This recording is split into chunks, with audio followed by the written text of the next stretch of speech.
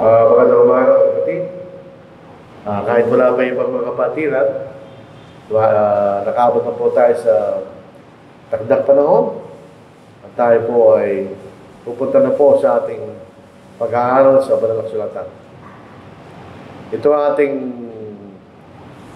natunghayan noong pong nakaraang linggo, mga kapatid. Dito tayo magsisimula. Doon po sa sulat po ni Pablo sa mga kay Timoteo, doon po sa pangalawang Timoteo, chapter 2, verse 15. Minsan din natin ganong naunawa. Kung ibig sabihin, sinasabi ko rito na ang Biblia ba ay walang pagkakaisa?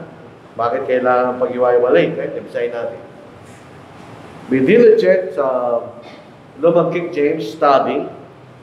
Be diligent to present yourself approved to God, a worker who doesn't need to be ashamed, rightly dividing the word of truth. Ganyan. Binabagit po rito yung rightly dividing. Yung po ay may tamang kaisipan dahil ang Biblia po ay mayroong natural na division. Ito'y nahahati, tulad na nating pinag-aralan ng nakarang linggo, ito'y nahahati sa mga aklat. Ito'y iba-ibang aklat eh. May iba-ibang uri ng pagkasulat sa mga aklat, kaya sa Old Testament, kaya sa New Testament. Nakita rin natin, ito'y nahahati sa dalawang tipan. Yung Old Testament at saka New Testament. Yung Old Testament, ito'y primarily inutos sa mga Hudyo, at ito'y paghahanda sa pagdating ng Panginoon. At ang bagong tipan, yun ang utos ng Panginoon sa mga tao sa panahon natin ngayon. Pero meron din pong paghahati sa mga panahon. Dito tayo natapos, hindi po ako nagkakamali. Doon sa bahagi po ng unang aklat ng Biblia, sa Genesis, yan ang panahon ng mga magulang o patriarchal. Yun po ay walang nakatalang nakasulat na aklat ng kautusan. Pero obviously, may pinag-utos ang Diyos sa mga tao. Ito'y pinahayag sa pamagitan sa mga magulang, patriarchal. Sumunod ay ang panahon ni Moises na mayroong kautusan at mayroong ding sunod ng mga propeta at yung mga aklat ng karunungan, Psalm, Proverbs, Ecclesiastes, etc. Yun po ay pambansang reliyon ng bansang Israel. At ang panahon natin ngayon, yung panahon ng mga Kristiyano, ito yung nagsimula nung dumating ang Panginoon. So sa Mateo hanggang John, at Acts hanggang Revelation, itong panahon ng pagkalahatang reliyon. Ito yung reliyon sa buong mundo. So, universal religion. So yun po makikita nating pagkakahati ng panahon. So, dito po tayo sa una. Yung pong patriarchal. So, in other words, ang Diyos, ipinahayag niya kanyang kalooban sa mga magulang. Yung po salitang patriarch, yung po yung salita ng ibig sabihin, pinuno ng mga pamilya. Basahin po natin. Dito po sa Acts chapter 2, verse 29. Kung wala po tayong Biblia, marami pong Biblia sa paligid. Ito po, wala kayo ng isa. Dito po sa Gawa, chapter 2. Binabagit po rito yung mga magulang sa verse 29. Yung may bago po itong Biblia mo, pag di pa ganong nababasa. Sabi sa verse 29. Men and brethren, let me speak freely to you of the patriarch David. So sinabi, ay isa sa mga magulang ng bansang Israel. Kasi sinabi, patriarch David. So, ibig sabihin, siya'y magulang. Pinuno. Pero sa chapter 7, verse 8, ito po yung pagsasalaysay ni Stephen. Ano po? Stephen. O Esteban. Ano po yung tamang pagbigkas ng pangalan na yun. Dito sa verse 8, itong ating nababasa. Then he gave him the covenant of circumcision, and so Abraham begot Isaac and circumcised him on the 8th day, and Isaac begot Jacob, and Jacob begot the 12 patriarchs. Kanya. Yung 12 anak niya po, na naging panimula ng 12 tribo ng bansang Israel. Kanya. So sila tinawag na patriarch. Ganun din po sa Hebrews 7 verse 4. Ibig sabihin lang ng patriarch ay mga magulang. Kanya. So ipinahayag ng Diyos ang kanyang kautusan sa mga magulang. Katulad po ni Abraham, tingnan ninyo. Si Abraham ay pinuno ng kanyang isang bayan. So, ibig sabihin, sa panahon po ng mga magulang, ang Diyos ay nakikipag-usap sa mga pinuno ng mga sangbahayan. Katulad po ni Abraham. Dito po sa Genesis chapter 18, verse 19. Si Abraham po isang tapat sa Diyos. Nakilala po yun ng Diyos kasi tapat. Basahin natin dito po sa verse 19. Dapat rito, ng 18, ano po?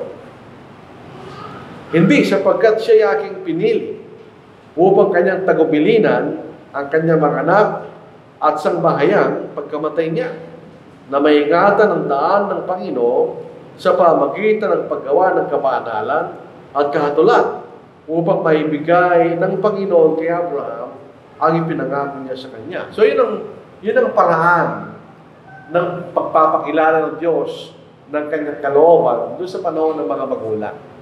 Ang kinakausap niya ay ang mga pinuno ng mga magulang.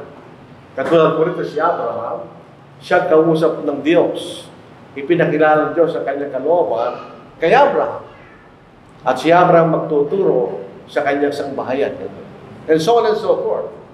So makikita natin, sa panahon ng mga magulang, ang Diyos ay nakikipag-usap sa mga magulang. Pagkatapos, yung magulang, ituturo niya kalooban ng Panginoon sa kanyang mga anak. At pagka yung kanyang mga anak na yun, nagkaroon sa sarili nilang pamilya, ituturo din sa kanilang mga anak. So yun ang paraan ng pagpapahayag ng kalooban ng Diyos sa panahon ng mga magulang, kaya patriarchal period. So ito po ay isang pangpamilyang relihiyon. Ang bawat pamilya ay sumasamba doon sa panahon na yun, kung sila ay sumusunod sa kalooban ng Diyos. Ngayon din po sinabi sa Romans chapter 1. Ito rin po ang paraan na ipinakilala ng Diyos ang kanyang kalooban sa lahat ng bansa o sa mga hintil. Ipinahayagin niya ito sa mga pinuno na mga magulang. Nakikita natin. Dito po sa verse 19 ng Romans chapter 1. Sapagkat ang maaring malaman tungkol sa Diyos ay hayag sa kanila. Yamang ito'y pinahayag ng Diyos sa kanila. Sa paano paraan? Sa pamagitan ng mga pinuno ng sambahayan. Yung makikita natin. Yan ang panahon na tinatawag nating panahon ng mga magulang. So ito'y panahon ng pagsamba sa pamagitan ng mga pamilya. So ito po makikita natin. Kung atin pong titignan yung haba ng panahon, ng bawat panahon sa Biblia, yung panahon ng mga magulang na nakasulat sa Genesis. Ito isang akalat lang po yan. Pero ito'y bumubuo ng 2,500 taon. 2,500 years. So isang akalat lang yan sa Biblia. Pero yan ang haba niya. 2,500 taon. Ng Diyos ay nakikipag-usap sa mga pinuno ng mga sangbahayan. Kaya patriarch niya. Sa mga pinuno ng mga pamilya nakikipag-usap ang Diyos. At kung mababasa natin ang pagsamba. Ang pagsamba na ginagawa nila noon, sila po'y nag-aahin ng mga hayop sa mga altar. Yun lang ating makikita. Wala tayong makikita ng organisadong pagsamba ng mga tao. Kundi gumagawa po ng mga dambana at sila'y nag-aahin ng mga dugo ng mga hayop. Makikita natin yun actually sa pinakaulang simula ng Genesis, di ba? Nag-aahin ng mga hayop sina Abel at si Cain.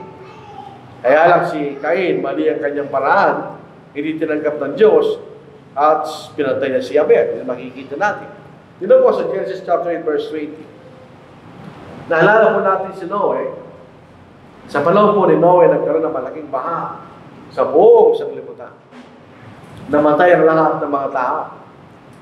Pagkatapos ng baha, At si Noe at ang kanyang sangbahayan ay naligtas. Si Noe sumamba sa Diyos. Basahin natin sa verse 20. Ipinagtayo ni Noe ang isang tampana ang Panginoon. Kumuha siya sa lahat ng malinis na hayop. Yung ginagamit sa pagsamba ay malinis na hayop kanya. Malinis na ibon at nag-aalay ng mga handog na susunugin sa tampana kanya. So yun ang paraan ng kailang pagsamba. Dito po sa 12, 7 and 8, pagkatapos maibigay ng Diyos kay Abraham ang kanyang mga pangako, na mababasa natin doon sa kabanatang iyon, gayon din ang ginawa ni Abraham. Basahin natin. Nagpakita ang Panginoon kay Abraham at sinabi, ibibigay ko ang lupaing ito sa iyong lahi, at siya'y nagtayo roon ng isang tambana sa Panginoon na nagpakita sa kanya. Mula roon ay lumipat siya sa bundok na nasa silangan ng Bethel, at doon niya tinayo ang kanyang tolda, at nasa kanluran ng Bethel at nasa silangan ng Ai, siya'y nagtayo roon ang tambana sa Panginoon at tinawag ang pangalan ng Panginoon. Yun ang kailang pagsamba. So, magawa sa ng tambana, nagaya ng mga hayop, at doon sila'y sumasamba na tinatawag ang pangalan ng Panginoon. So, yun yung paraan ng kailang pagsamba sa panahon na yun. Sa panahon po ng mga magulang. So, papasin natin later on, makikita natin iba yung pagsamba sa panahon ni Moises, iba rin ang pagsamba sa panahon natin ngayon. Pero dito po sa unang panahon, yun lang ang pagsamba nila. Sila ay gumagawa ng mga tambana at tagahin ng mga hayop. Yun po ang uri ng pagsamba ng panahon na yun ng mga magulang. Ngayon, anong kahalagahan ng Genesis? Yung panahon ng mga magulang. Bakit nasa Biblia yun? Bakit di pa inalis? Samantala na sa panahon na tayo ng Kristiyano, di ba? Bakit nananatili pa rin yun? Dahil meron siyang kahalagahan. Tandaan po natin, ang Genesis, yung pangalan Genesis sa Biblia, hindi yun Hebreo. Yung po ay Grego. Ang sinunod po natin sa ating mga Biblia, ay ang pangalan ng mga aklat ayon po sa saling Grego ng Old Testament. Ang tawag po doon sa salin na ni Septuagint. Dahil 70 yung nagsalin ito, Septuagint. Ang makikita natin kahalagaan itong unang panahon ng mga magulang ay ang mga panimula. Sinasabi sa atin ng mga panimula, origin. Kaya ibig sabihin ng Genesis ay beginning, simula. So simula ng lahat ng mga bagay. Kung tayo pinaniniwala sa Biblia, wala tayong problema na ipaliwanag kung saan nanggaling ang lahat ng mga bagay. Yung mga tao na hindi naniniwala sa Diyos, gumagawa sila ng paliwanag kung saan nanggaling ang lahat ng mga bagay. Sabi lang, nagbago ang mga bagay sa kanilang sarili hanggang naging tao. Mahirap paliwanag yun. Paano ka magbabago sa iyong sarili? Pero dito po sa aklat ng Biblia, sa panahon ng mga magulang, sinasabi sa atin kung saan nagmula ang lahat ng mga bagay. Kanya. Tingnan niyo, basahin po natin. Napakahaba po niyan, po. Dalawang kabanata po yan. Pero ito po yung summary ng paglalalang ng Diyos sa lahat ng mga bagay. Ang Diyos ang lumalang ng lahat ng mga bagay. Kasama tayo doon. Dito po sa unang kabanata, unang talata, hanggang ikalawa, ng panimula, nilikha ng Diyos ang langit at ang lupa kanya. Ang lupa ay walang anyo at walang laman, at binalot ng kadiliman ang kalaliman. Samantalang ang Espiritu ng Diyos ay kumikilos sa ibabaw ng mga tubig. Ang unang nilalang ng Diyos ay ang liwanag. Asinin po natin, itong pagkasunod-sunod ng paglalalang sa aklat ng Genesis ay logical. Kailangan natin ng lakas para mabuhay ang lahat ng mga bagay. At ang pinanggagalingan po ng lakas ay ang liwanag. Kaya makikita niyo lahat ng mga bagay na kailangan natin ay nandidiyan dahil sa liwanag. na nanggagaling sa araw, makikita natin. At sinabi ng Diyos magkaroon ng liwanag at nagkaroon ng liwanag. So hanggang saan nilalang niya yung langit, yung na nakikita na sa taas, tapos nilalang niya yung mga halaman, na naging pagkain ng lahat ng ibang mga nilalang. At pinaghati ng Diyos ang lupa at ang tubig, at nilalang ng Diyos ang mga malalaking mga hayop, hanggang sa nakarating sa nilalang niya ang tao sa kanyang larawan at sa kanyang wangis. Itong summary po sa chapter 2. Nayari ang langit at ang lupa, sabi rito, at lahat ng mga bagay sa mga iyo. Sino nagdala? Diyos. So dito na pinapaliwanag sa atin ang katotohanan na mayroong nagdala ang Diyos. Yun po ay tama. Kahit po sa practical na bagay, halimbawa itong mesa na ito, hindi naman basta lumabas yan. May gumawa. Meron siyang kaayusan, meron siyang kaayusan, no? Meron siyang disenyo, at meron siyang layunin. May gumawa. Kung gano'ng kaganda yung lamesa na yan, ganun din kagaling yung gumawa. So dito sa mga nilalang ng Diyos, pinakikita rin kung gano'ng kagaling ang Diyos. Dito po sa amin, chapter 19. Kaya po yung mga tao hindi naniniwala sa Diyos, tinatawag silang mangmang. Hindi nila ginagamit ang kailang kaisipan ganyan. Sa Genesis chapter 19, unfortunately, yung mga nagsasabing sila yung magaling, yung mga siyentipiko, sila yung nagiging magmang. Dito sa 19, basahin natin. Unang talata. Nagpapahayag ng kalalatian ng Diyos sa kalangitan, at ang magawa ng kanyang kamay ay inahayag ng kalawakan. Pag nakita natin ng mga bagay na inilang ng Diyos, makikita natin kung siya kagaling kanya. Sa araw-araw ay nagsasalita, at gabi-gabi nagpapahayag ng kaalaman. Walang pananalita o mga salita man, ang kailang tinig ay hindi narinig. Ngunit lumalaganap sa buong lupa ang kailang tinig at ang kailang mga salita hanggang sa dulo ng daigdig. Sa kanila ay naglagay siya ng tolda para sa araw. Yung araw-araw nakikita natin na yung araw ay sumisikat at lumulubog ganyan. Araw-araw ay ulit yun. Hindi man nagsasalita ang araw, pero nagsasabi siya na may lumalang.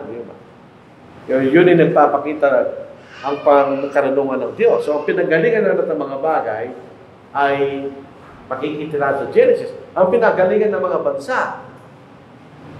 Sa panahon po natin, napakaraming mga bansa. Pero pag pinag-aralan mo yung mga bansa, meron silang uri. Meron silang pamilya ng mga bansa.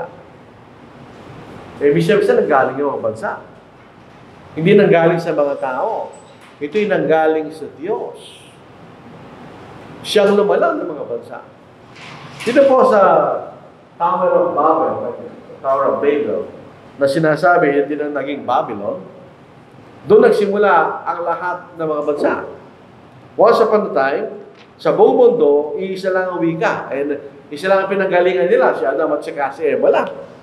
So, isa lang ang wika. Kung anong wika ni Adam at ni Eva, yun ang wika ng buong sanglibutan. Pero nung sila'y nagkaroon ng kaisipan, nagawa sila ng isang mataas na tore na makakarating hanggang sa langit. In other words, gumagawa sila ng sarili nilang paraan para makarating sa langit. Ito ay pinahito ng Diyos.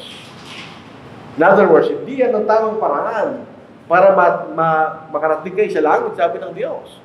Basahin po natin. Noon ang buong lupa ay isang wika at magkakatulad ng salita. Isa lang ang pinanggalingan eh. Sa kailang paglalakbay sa silangan, hindi po Pilipinas yan, ano po? Yung silangan na ito sa panahon nila. Nakatagpo sila ng isang kapatagan sa lupain ng Shinar. At sila ay tumira doon. At sinabi nila sa isa't isa, "Ali kayo, tayo gawa ng mga tisa at ating lutuing mabuti. At ang kailang bato ay tisa at alkitran ang kailang simento." Alam po niyo siya nanggagaling alkitran. Yung asfalto. Galing yan po sa crudo. Meron sila siguro gano'n, pagkagawa sila ng alkitran. Sinabi nila, "Halik kayo, magtayo tayo ng isang lungsod at isang tore na ang taluktok nito ay hanggang sa langit. At gumawa tayo ng pangalan para sa ating mga sarili, baka tayo magkawatak-watak sa ibabaw ng buong lupa. Mga Panginoon, upang tignan ang lungsod at ang tore na itinayo ng mga anak ng mga tao. At sinabi ng Panginoon, tignan ninyo, sila ay isang bayan at may isang wika. At ito'y pasimula pa lamang na kailan gagawin. At ngayon walang makakapigil sa namang kanilang binabalak gawin. Ganyan. Halika kayo, tayo bumaba at ating guluhin ang kailang wika upang hindi nila maunawaan ang pananalita ng bawat isa. Kaya tikinalan sila ng Panginoon mula roon sa ibabaw ng buong lupa at tuminto sila sa pagtatayo ng lungsod. Kaya ang pinangalan dito ay Babel, sapagkat doon ay ginulo ng Panginoon ang wika ng buong lupa at mula roon ay kinalat sila ng Panginoon sa ibabaw ng buong lupa. Kanya. Bakit? Dahil ayaw ng Diyos yung ginagawa nila.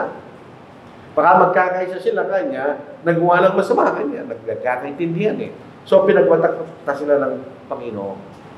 Kung babasahin po natin Genesis chapter 10 at chapter 11, sa tatlong anak ni Noah, doon nanggaling ang lahat ng mga bansa. Yung Shem, na siya pinakamatwid, at si Ham, at si Japheth, ganyan. Yung po mga bansang Israel, galing sila kay Shem. Kaya tinatawag silang Semitic kanya dahil galing sila kay Shem. Yung mga Pilipino, hindi natin alam kung saan tayo galing. Galing tayo kay Ham o kay Japheth. Pero lahat ng mga bansa, galing sila doon, tatlong anak ni Noah. At sila si pangalan sa buong mundo. So nakikita natin dito, sa panahon ng mga magulang, ang pinanggalingan ng mga bansa. Dito rin natin makikita ang panimula ng pagkakasala. Hindi sinasabi ng Biblia na namanan natin ng kasalanan. Hindi sinasabi yun. Sinasabi lang sa atin kung kailan nagsimula ng tao ay sumalasang sa kalooban ng Diyos.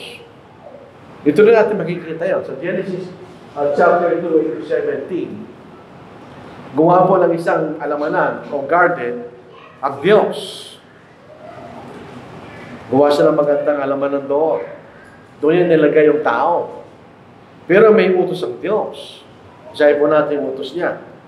Na meron siyang ipinagbabawal. So lahat ng mga punong kahoy doon ay pwedeng kainin. Doon sa alamanan. Maliban lang sa isang punong kahoy. Isahin natin. Subalit mula sa punong kahoy, doon sa Genesis chapter 2 verse 17, subalit mula sa punong kahoy ng pagkakilala ng mabuti at masama, ay huwag kang kakain. Sapagkat sa araw ni kay kumain yun, ay tiyak na mamamatay ka. Anong klase kamatayan? Hindi naman sila namatay physically.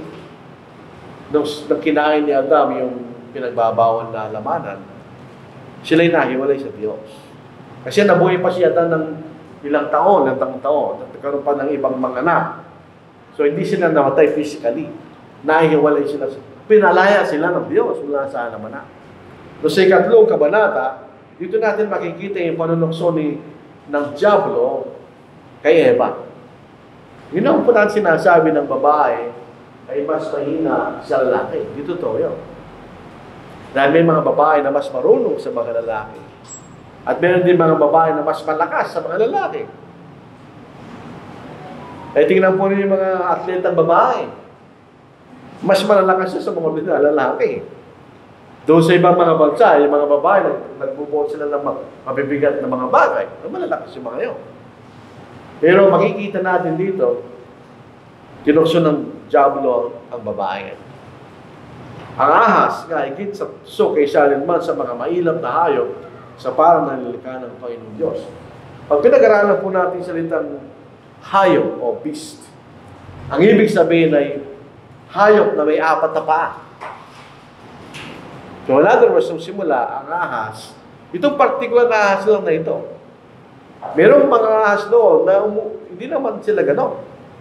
Itong particular na ahas na ito ay merong apat na paa.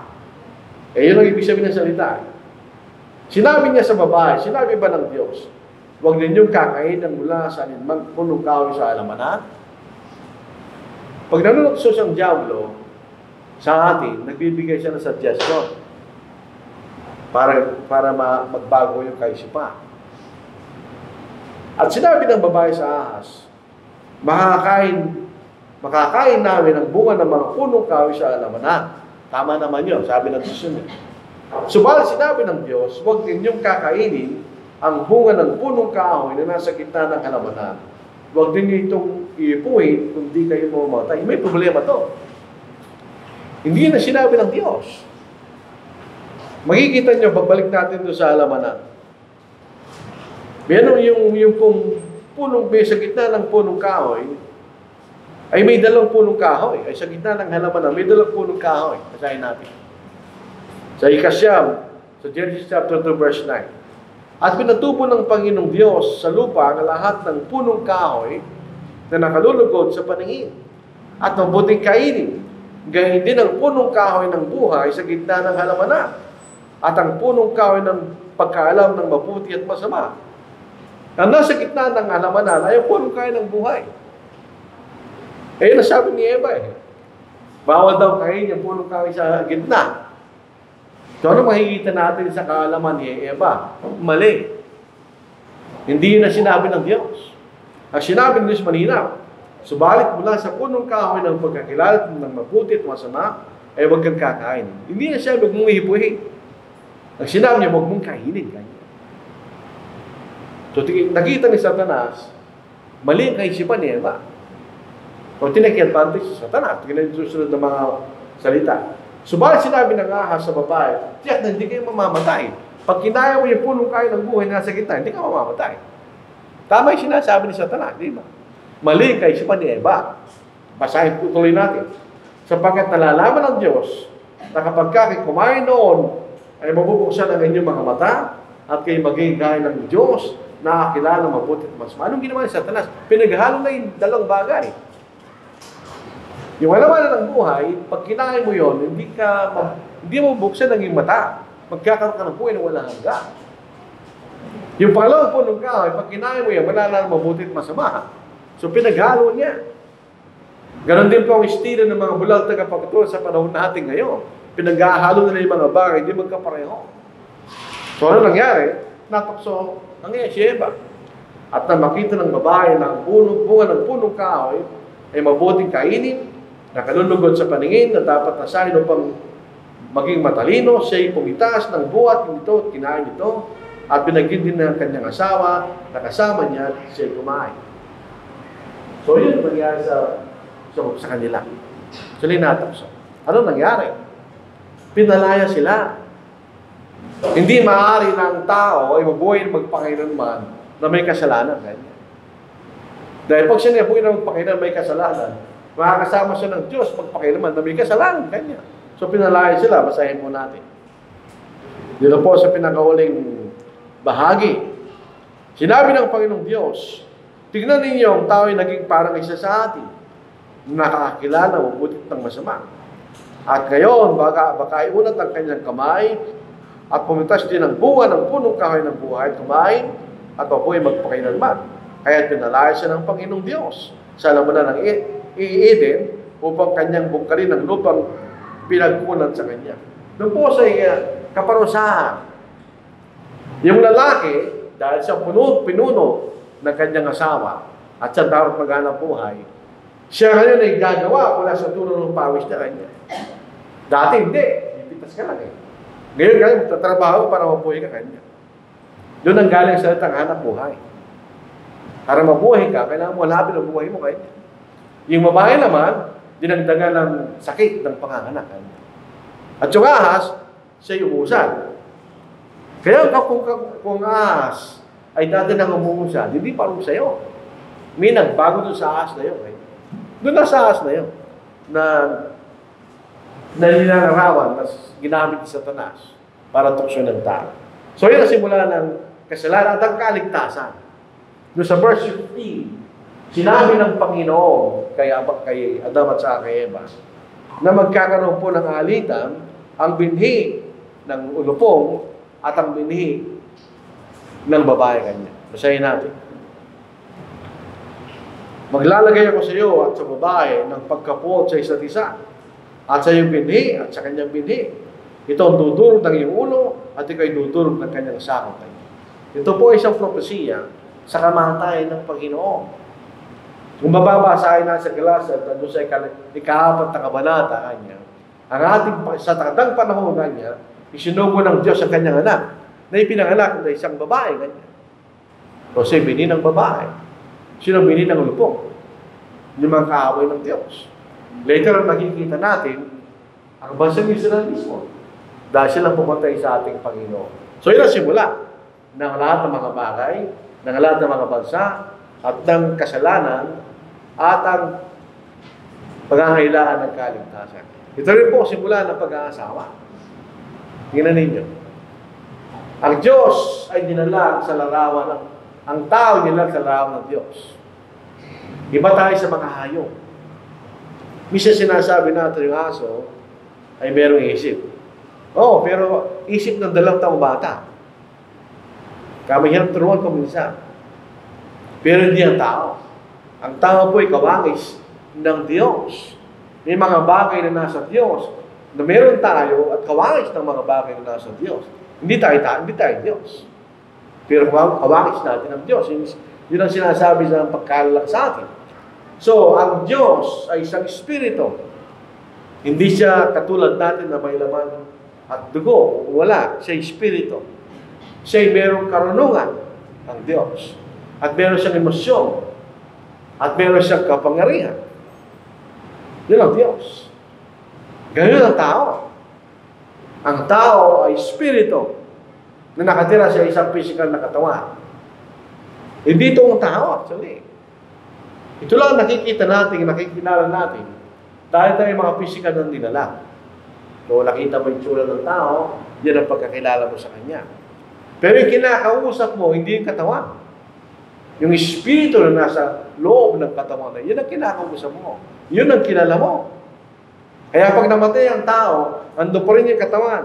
Pero wala na yung tao. Yan ang nagsasalita, wala nang pakiramdam, di ba? Yan ang makikita natin. At meron tayong kapangyarihan. Tingnan niyo, masahin po natin yung mga talata. Sa Genesis chapter 1, verse 28, dito rin po natin makikita ang Diyos ay hindi isang persona. Meron siyang kausap eh. Yung Diyos, obviously, ito nga meron siyang kausap na katulad niya. Masahin natin. Sinabi ng Diyos, lalangin natin, ganyan eh. Lalangin natin ang tao sa ating larawan, ayon sa ating wangis, at magkakaroon sila ng pamamahala sa mga isda sa dagat, sa mga ibon sa ipapawid, sa mga hayop sa paglupa, sa bawat gumagapang sa ibabaw ng lupa. Meron silang kapangyarihan sa lahat ng nilalang ng Diyos, di ba? Katulad ng Diyos. Kaya nilalang ng Diyos ang tao ayon sa kanyang sariling larawan. Ayon sa larawan ng Diyos, siya nilalang, siya kanyang nilalang ng lalaki at babae. Lalaki at babae lang. May mga modernong ibang anyo ng mga tao, hindi nilang ng Diyos yun. Yung mga malalaking babae at mga babaeng lalaki, walang ganun sa Diyos. Tayo lalaki, babae lang, yung makikita natin. So sa verse 20, sila minaspasya ng Diyos at sa kanya sinabi ng Diyos, kayo'y magkaroon ng mga anak at magpakarami, pununin niyo ang lupa at supilin niyo itong kanya. Meron tayong kapangyarihan sa buong lupa. Supilin niyo ang kanya. Magkakaroon kayo ng pamamahala sa mga isda sa dagat, sa mga ibon sa ipapawid, at sa bawat bagay na may buhay na gumagalaw sa ibabaw ng lupa. So binigyan tayo ng kapangyarihan sa lahat ng mga bagay. At bilang mga nilalang maisip, gamitin natin sa tamang paraan. Meron tayong obligasyon to. Ito po sa pangalawang kabanata. At nilalang ng Panginoong Diyos ang tao mula sa lubok ng lupa. Dito nanggaling yung kanyang katawan.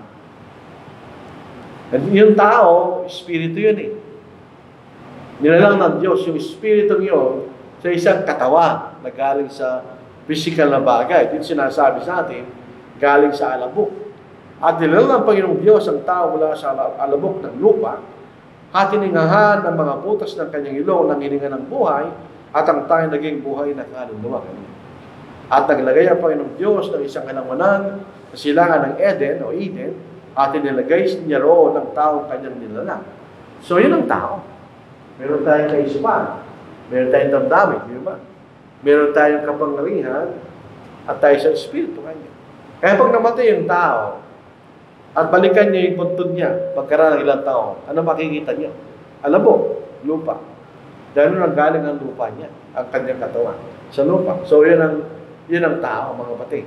Kawangis natin ang Diyos. Sa lahat ng nilalang ng Diyos, tayo lang yung kayo. Dito rin po nanggaling ang pag-aasama. So, siyempre, hindi yung lalaki, may magulang yan. Ang tao lamang na naging tao na walang magulang ay siya naman sa Eva. Sila lamang ang tao na hindi pinanganak dahil diretso nilalang sila ng Diyos. Pero yung mga tao, pagkatapos sila, may mga magulang yan. So, yung babae, may natin magulang. Yun. So, alala ako makita kaya para yung tsura ng mga magulang, wala lang ako makita ibang mukha. So, makikita natin, pag nag-asawa, iniiwan nila kailang ama at ina. Sabihin, sila lang dalawa nag-uusap. Wala na yung magulang nila. Wala na silang kinaalaman sa kanila, in other words. So, ang lalaki, iiwan niya kanyang ama at ina at naikipisan sa kanyang asawa at sila magiging isang laman. Yun ang kahulugan ng pagiging mag-asawa kung tutuusin. So, yan. Nagiging mag-asawa yan. Saan ang galing yan? Sa Diyos. Hindi inimbento ng tao yan. Galing sa Diyos yan. Kaya, natural lamang sa mga tao ang mag-asawa. Although, hindi na masama kung hindi ka mag-asawa. Ito'y pribilehiyo na binigay sa atin ng Diyos. It's a privilege. Kung ayaw mong gamitin, nasa sayo. Kung gusto mong gamitin, nasa sayo rin. Makikita natin. Ito'y yung pag-aasawa ay galing sa Diyos. Mababasa rin natin yan sa panahon ng mga magulang. At makikita natin sa Genesis na ang Diyos ay may kapangyarihan, sirahin niya ang kanyang nilalang. Diyos ang lumalang. So ang Diyos rin may kapangyarihan, sirahin niya yung nilalang niya. Siya may naniniwala na Diyos ay pag-ibig, so di niya ala siyang kakayahang parusahan ang tao. Hindi totoo yun. Basahin po natin, patuloy natin. Sa panahon po ni Noah, ang kasamaan ng tao ay talagang naging masama. Kaya ang Diyos, inisip niya na gunawin niya ang sanglibutan. Hindi lamang ang sanglibutan, hindi yung mga tao rin. Dito pasahin po na sa Genesis, ano po? So kung inisip natin ang Diyos ay walang kakayang magparusa at sirain niya ang kanyang mga bagay na nilalang, nagkakamali tayo, no? Dito sa Genesis 6, ito ang ating mababasa. Nakita ng Panginoon na napakasama na ng tao sa lupa at ang bawat haka ng mga pag-iisip ng kanyang puso ay palagi na lang masama. Nalungkot ang Panginoon na kanyang nilalang ang tao sa lupa at nalumbay ang kanyang puso. Kaya sinabi ng Panginoon, nilipulin ko ang tao na aking nilalang sa ibabaw ng lupa, ang tao, hayop, ang mga gumagabang at ang mga ibon sa ipapawid sapagkat ako'y nalulungkot at nilalang ko sila. Kaya niya sirahin, kaya niya patayin ang tao kung gusto ng Diyos. Sa pagkakataon na ito, ginawa niya yan. Although hindi na naulit dahil nangako rin sa kay Noah na hindi na ulitin niyo. Napapatayin niya ang mga tao sa pamagitan ng baha. Si Noah po ay matuwid sa harapan ng Diyos. Siya lumalakad na kasama ng Diyos. So siya'y sumunod sa Diyos. Siya'y gawa lang daw at naligtas ang kanyang isang bahayan. Kung hindi makikita natin ang tao, ang Diyos, may kakayahan na sirain niya ang mga bagay na kanyang nilalang. At meron siyang pangako na sisirain niya muli ang sanglibutan. Sa pagkakataon na ito, mawala lang patitira. Talagang gugunawin niya lahat ng mga bagay na kanyang nilalang dahil dadalhin na ng Diyos ang kanyang mga banal sa langit at dadalhin niya ang mga taong hindi banal sa impyerno kanya. Basahin po natin, mahaba. Pero summarize mo natin. Dito po sa Pangalang Pedro, sa 2 kabanata, may mga tao na hindi mag-Kristiyano na pinagtatawanan nila yung mag-Kristiyano. Hindi na babalik ang Panginoon nyo kahit. Kasi wala naman kami nakikita ng pagbabago. Buwan mo na langin ng Diyos ang sanglibutan ka nila. Yun ang argument nila. Basahin po natin. Sa 4, at magsasabi, saan ang pangako ng kanyang pagdating? Sapagkat buhat ng namatay ang ating mga ninuno, nananatili ang lahat ng mga bagay sa dati nilang kalagay mula ng pasimula ng paglalalang. Sinasadya nilang hindi pansinin ang katotohanan ito na sa pamagitan ng salita ng Diyos ay nagkaroon ng langit ng unang panahon at inanyuan ng lupa mula sa tubig at sa pamagitan ng tubig. Na sa pamagitan din ito ang daigdig noon ay napawa ng tubig at nagunaw kanya. Hindi nila intindihan, sabi ni Pedro, na sa pamagitan din ito ang daigdig noon ay napawa ng tubig at nagunaw. Kung sa pamagitan ng itig salita, ang kasalukay ng langit at lupa ay inihingatan para sa apoy, susunugin. Na inilaan sa araw ng pag-uukom at sa paglipol na masasamang tao kanya. So, merong takdang panahon na gagawin ng Diyos yun. Gugunawin niya lahat ang mga bagay na kanyang dinala at parurusahan niya yung mga tao makasalanan kanya. So, pagpatuloy po natin na po sa verse 10. Ngunit darating ang araw ng Panginoon na gaya ng isang magnanakaw, hindi natin lang kung kailan, at ang kalangitan ay maglalaho kasabay ng malakas na ingay, at ang mga sagkap ay matutupok, at ang apoy at ang lupa, at ang mga naroon ay masusunog kanya. So, pagdating ng Panginoon, gugunawin na niya sa kangutan. Hindi na kailangan. Nadadali na ng Panginoon sa langit, yung mga sumusunod sa Kanya, at dadali sa impyerno yung mga taong matigas ang ulo at di sumusunod sa Kanya. So, huwag natin isipin ng Diyos, hindi na kaya gawin yun dahil naipakita natin. Naipakita ng Diyos sa panahon ng mga magulang na ginawa niya yun. Ito rin po sa panahon ng mga magulang, makikita natin ang pangako ng Diyos kay Abraham. Ibig sabihin, dito natin makikita yung buong Biblia actually. Ito na yung buong Biblia sa mga pangako ito. Una, mayroong pangako lupain. Di ba, inutusan ng Diyos si Abraham na iniiwan niya ang lupain ni Abraham mula sa lupain po ng Ur at pumunta siya sa lupain na ipakikita sa kanya ng Diyos. At doon, nung gawin ni Abraham yun, ito sabi ng Diyos sa 12 verse 1. Sinabi ng Panginoon kay Abraham, umalis ka sa iyong lupain at sa iyong makamag-anak sa bahay ng iyong ama at pumunta ka sa lupain itinuro ko sa iyo kanya. Gagawin kita isang malaking bansa, kaya aking pagpapalain, gagawin kong dakila ang iyong pangalan at ikaw ay magiging isang pagpapala kanya. So siya ipinangakuan din na maging bansa. At ang bansang yun tinawag na Israel, at ang mga tayo tinawag na maging Hebreo, later on, mangut yung kanya. At may pangatlong pangako, yung pangakong spiritual kanya.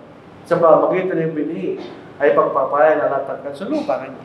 Doon po sa ikatlong talata ng Genesis, pagpapalain ko lahat na magbibigay ng pagpapala sa iyo, at susumpahin ko ang mga susumpa sa iyo, at sa pamagitan mo lahat hanggang sa lupa, ay pagpapalain kanya.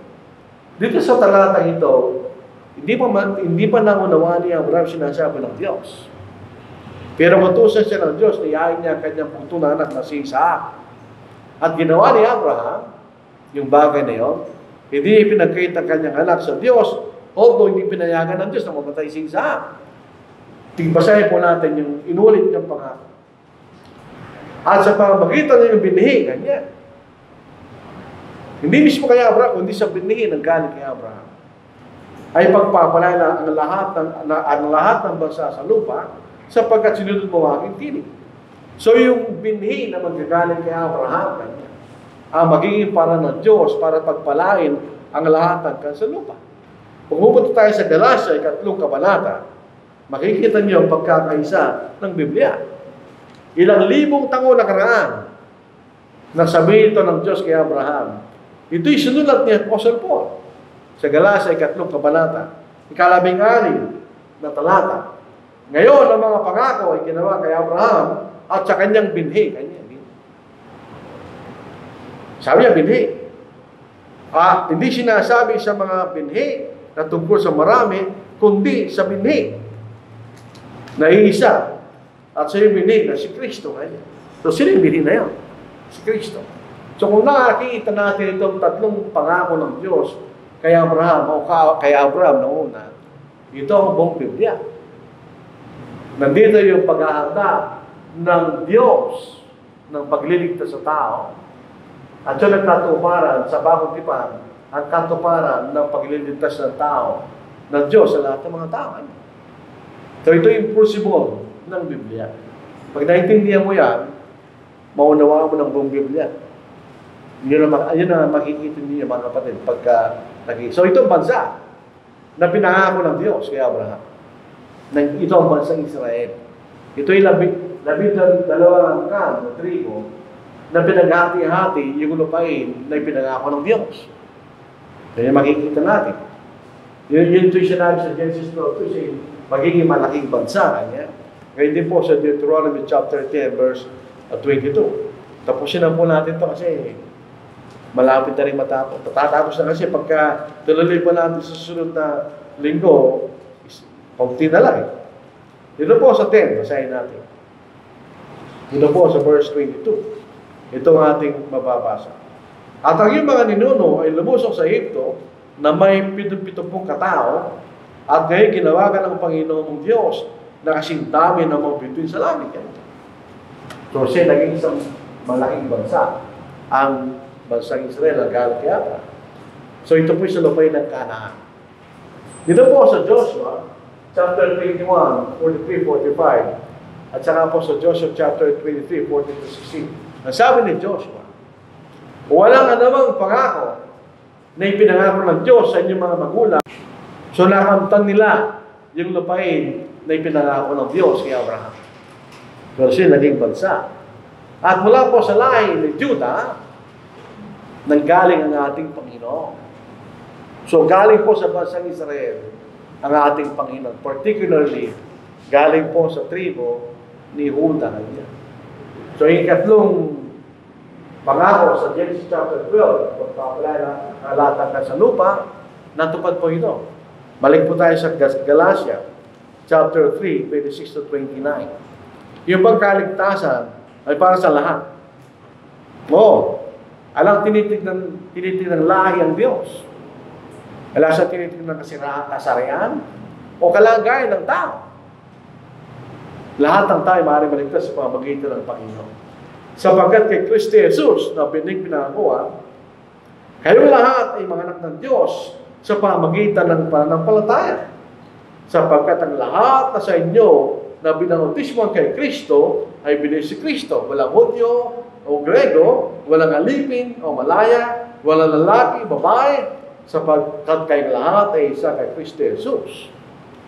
At kung kay Kristo, kayo mga binhi ni Abraham, mga tagapagmana ayon sa pangako, yung pangako ng Diyos.